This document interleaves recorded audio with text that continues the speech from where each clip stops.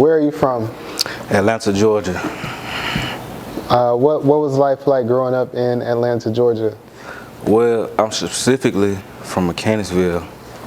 That's like, I say the heart of Atlanta, really.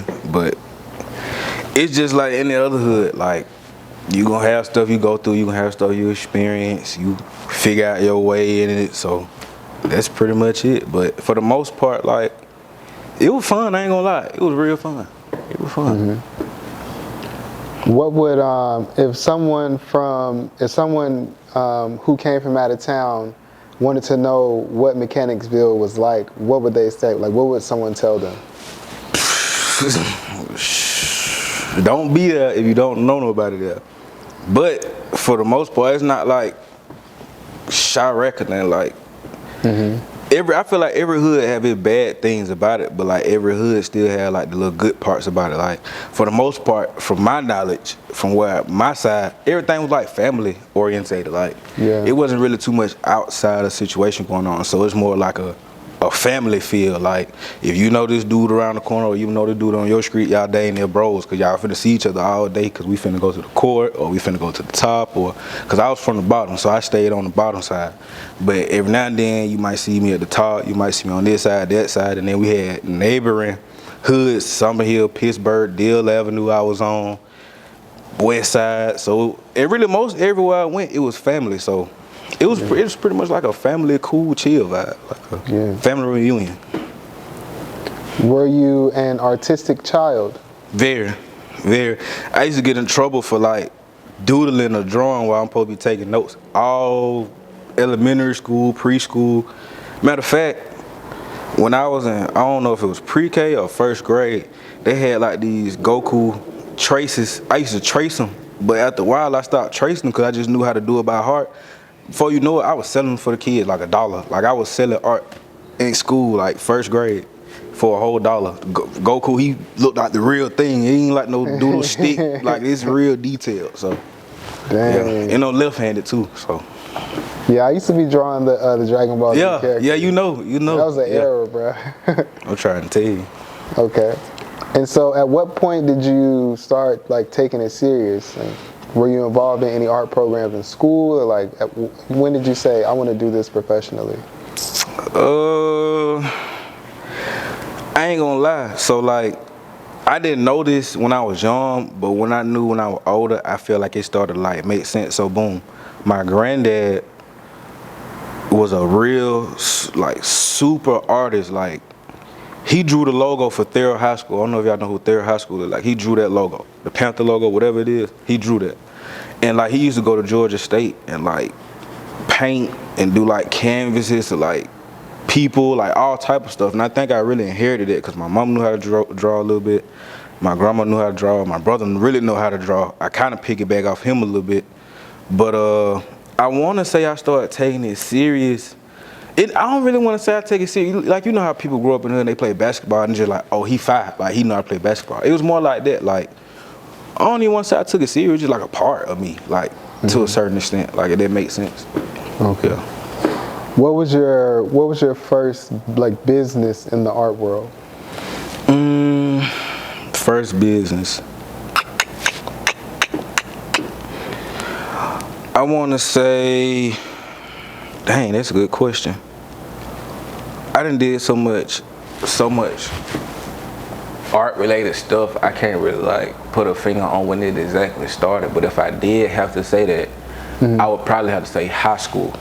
I would have to say high school. High school? High school. What were you doing? Was it fashion? So I had my own clothing line, but it wasn't solidified through the Secretary of State. I didn't have my LLC. I just was doing it just to do it. Cause my cousin had a shop on Peter Street. So after school, I used to go up there and like help out. And I was really like getting experience. I didn't know what I was doing. I didn't even know it was called vinyl printing press. I just know I was helping out doing clothes. I just seen him putting the heat press down, print out, do this. So I'm really getting experience. And then while I'm doing it, I was just like, I want to make my own clothing line. I want to make my own shirt. So he was like, print something out, come up with something. I printed out. My first clothing line was M.O. It was Mo. It was, next time you see me, I'm gonna bring my canvas. I don't know, damn, do I have that canvas? But if I do, I'm gonna bring it. It was M.O. with a whole bunch of polka dots on it, and it meant like more of what you personally want. Like they always be like, what does Mo stand for? So if you from the hood, we don't say more, we say Mo. So you want some Mo. So I was thinking like, whatever you want Mo of, that's what your shirt is for.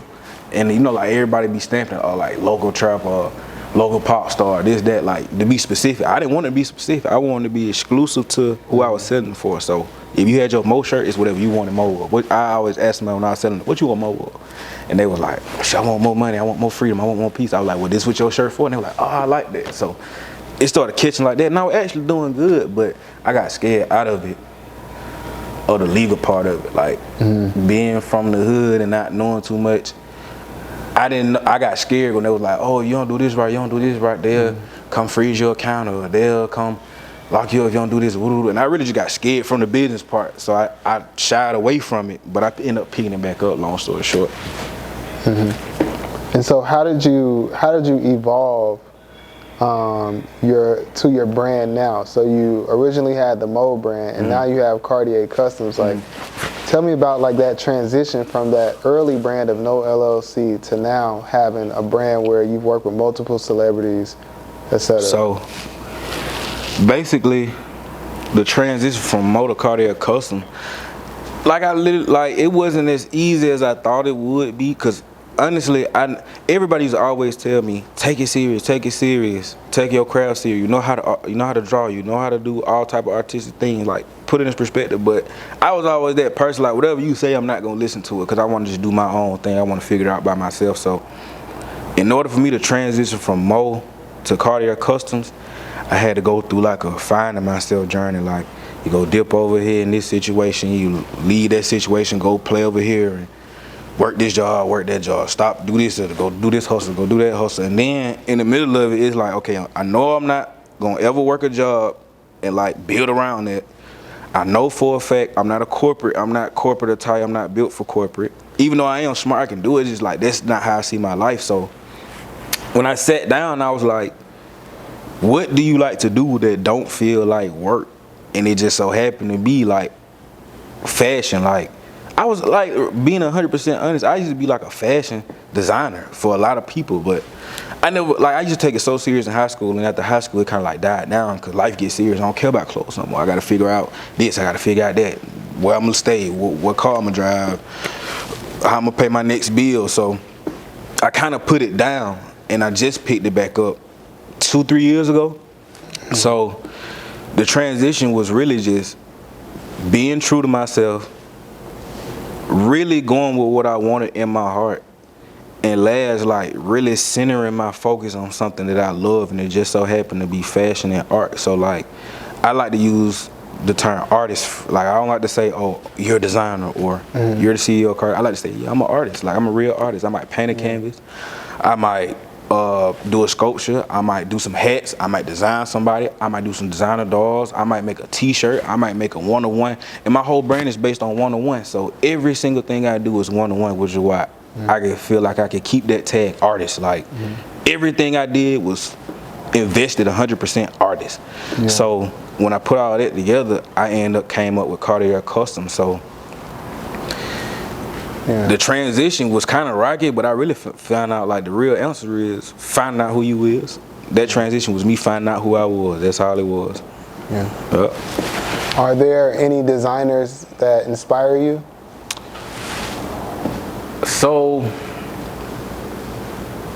I would say, like, I don't want to be cliche and say like, oh yeah, Kanye or this, that, and the third. Like, I don't like, when I design my clothes, I don't really say I have like designers that are like inspirational to me, but I do kind of like, I'm observant. So I'll look at a lot of stuff and I just kind of put my own spin on it. So it's really like going to college. No matter what you do, you're gonna always learn. I'll sit, study. Like, I like Alexander Wang. I like Off-White. I like Valentino. I don't like the traditional Gucci, Louis Vuitton, Prada. I don't really like that. Closest thing to it that I probably like would be Valentino. But other than that, it just really streetwear. So Off-White. I like Bape. I like all type of stuff. I really like one-on-one stuff. Really, being honest, don't really think it's. I really ain't say I have like a inspirational artist I look up to or designer I look up to at all. It's kind of just like I observe and I just come up with what I see in my eyes type situation. Thanks. Yep. What's your ultimate aspiration for the fashion? So I ain't gonna lie, like I definitely wanted to get to a certain hiatus, but I don't want to do it long term. So Really? I don't want to do it long term, cause like how my mind work, I like it's quick. So I put something down, pick something up quick, but at the same time, like fashion, like hats was the longest thing I ever did for a consistent amount of time as far as like being in the fashion world. Like hats, that's my stilo, that's my lane. I love doing hats. They quick, don't take a lot of time. I don't gotta do a lot of measuring or designing. Like I can look at a hat and come up with designs just being bored in the house. So like that's easy. But when I started like shift off the sweaters and jeans and anything you could think of, I can do it. There's no doubt I can do whatever you could think of, whatever anybody done made, I can make it 10 times better.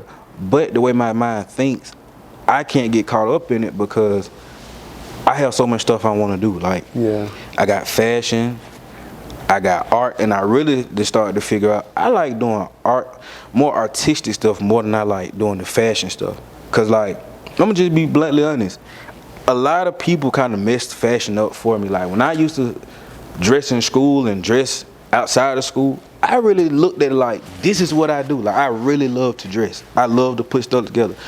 I was known in high school for taking the smallest detail and bringing it out. Like everybody else you'll see and they matching all the way down. I'll take the smallest color out of a hat, out of a jacket, out of some jeans, and pull it out with some shoes or pull it out with an accessory. Like accessories is the real way to dress. You could put on a whole outfit of accessories with a white t-shirt and some regular jeans and outdrip a lot of dudes, a lot of people, a lot of women. It's accessories. I think accessories is how you really dress. Like bracelets, necklace, hair, hats, socks, your undergarment, like a lot of stuff, bandanas, chains, belts. I think accessories is what make you a dresser for real. I definitely like the scarves, bro. Yeah, I feel love like scarves. accessories be hitting scarves and shades, bro. Yeah, shades. I love shades. I love shades. What's your favorite fashion season? Like, are you like a summer guy, a winter, fall? What's up? I love fall and winter because I love trench coats and I love big coats. I love everything that's outerwear. I love outerwear times 10. Cardigans, oversized sweaters, oversized shirts, big tees, trench coats, all type of stuff. I love outerwear. That's my favorite. Yep. Has chasing your dreams caused any conflicts in your personal life? Always. So, but the thing about it is, it's not like to center it or to point it or to direct it all on one thing. It's really just come with it. It just comes with the life. Like, personally, like, because you gon', I don't know if people understand it, but when you out and you figuring out what you do in life and what your craft is or what your blessing is or what your goal is, you're gonna start to shy away from things that don't reflect that or don't reciprocate that altogether. So you may not even intentionally do it, but it just come with it. So you might have a problem with people you knew your whole life. Now they feeling a type of way because they don't understand the new you. And it's not for you to explain it to them because they're not gonna get it anyway. And it's not like you can put it in words for somebody to understand. So it's always problems in personal life. So yeah. What's been the most memorable moment in your career so far? The most memorable moment. So I was playing. So when I first started my business, I already had made up in my mind I needed a support system that was gonna keep me going. And my go-to song was Future, If You Knew What It Took. So anytime something good happened, I blasted it because I felt it in my spirit. So it's 3, really 4 memorable moments. I can't really say it was one. The first one is when I got that approval letter for my LLC. The second one was when I got my store. No, I skipped one. The second one was when I started seeing my clientele build up from zero, like literally from nobody knowing me, from me converting my personal page to a business page, to literally seeing that, like, you literally getting, like, do you understand that you literally starting to get real business? Like, you're a real businessman. Like, that feeling, I can't never replace that feeling. Like, that moment right there was just it for me. I knew right then and there I was doing what I was meant to do. Like, it feels so different. Like, it feels golden. Like, I ain't never felt golden before. That felt golden when I started seeing them clients and people literally happy with the work I'm doing, and like they returning, like, I need 3 more, I need 4 more, I need a box, I need you to do this, I need you to do something for my kid. Well, like that right there. And the third one was when I got my store. And the very last one is when I think I was a year and a half in, and I was like just looking, cause I always had this thing I do. Anytime I start to feel like I'm lost, I just go back to my Instagram page and I scroll through all the stuff I did, cause I be having to remind myself like who you are. Like, I do it with such ease that it don't feel like I'm doing a lot of stuff for real. So when I go back through my page and I look, I'm like, damn, bro, like, you really a little Virgil. Like, you really like a little Alexander Wayne, or however you want to put it, whatever the biggest designer, your personal designer is. Like, you really be doing it, and you be going overboard. Like, I do stuff that you wouldn't even see. Like, I'll hand sew cardboard to a hat. I'll hand sew anything I can think of to a hat, like a lean bottle, pill bottle. I put whatever I can think in my, if I think it, I'll do it. And that was just the most memorable stuff, like just seeing everything I'm capable of. And that just keep me pushing, honestly. So them the 3 or 4 memorable moments. Yep. What advice would you have for someone who aspires to do what you do? So first, I would tell them there's no possible way that you're gonna get to where you wanna go or trying to be being around people that's just not what you're around. So the first thing I would tell them to do is reevaluate their circle. The second thing I would tell them to do is make sure that this is what they want to do, because every day after this going forward, you're gonna have to do this every day, like every single day, and not have a problem with it, not complaining about it. Everything that come with it, you're gonna have to take it, because it's gonna get hard. And last, I would tell them to just, after they surround themselves with people that benefit and is in the same category, make sure you always keep your creative collective drive going. Like, no matter what it is, it ain't got to be the same thing you originally started out with. Don't that creative engine keep going, and you just tunnel vision on whatever the aspect or wherever you going, you gonna make it. They're my 3 advices right there. Always do them 3. So